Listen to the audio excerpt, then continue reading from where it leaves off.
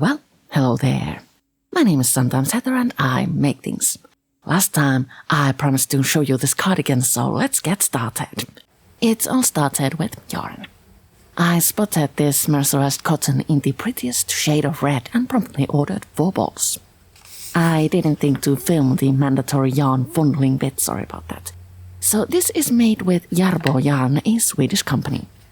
I have used the knitting needles and crochet hooks for a while now. I love that they're all red. But yarn was a new acquaintance for me. I was pleasantly surprised to see that despite an affordable price, this is a soft and smooth cotton with a minimal amount of loss. The color's also really nice. I've noted that crocheting a garment sideways is popular nowadays, so I wanted to put that technique to the test along with Järbo yarn. I created a foundation chain to match the cardigan's desired length and worked a straight back piece with double crochets. The crochet fabric looks nice, but as it doesn't give that much widthwise, I felt the need to shape my cardigan pretty drastically. I continued to the first front piece, shaping the armhole as I went. I created another foundation chain for the front piece, worked a low neckline and saw that it was adequate. I repeated the process on the other side, picking up stitches from the original foundation chain and created the second front piece without any glitches.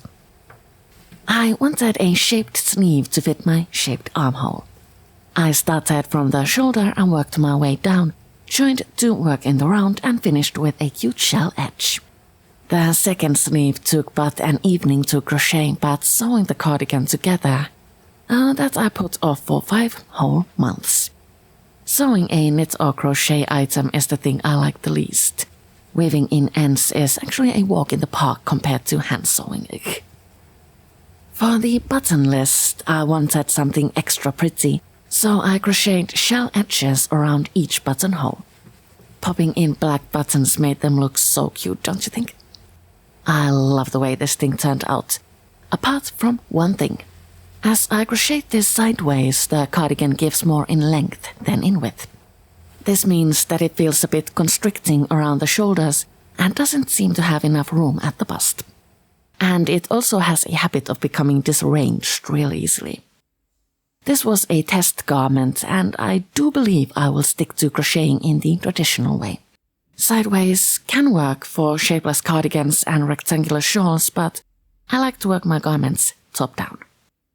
I hope you've enjoyed this video. Next time, I thought I might show you the tunic I made with Halloween Twister. Thank you so much for watching and I'll see you all later. Stay safe.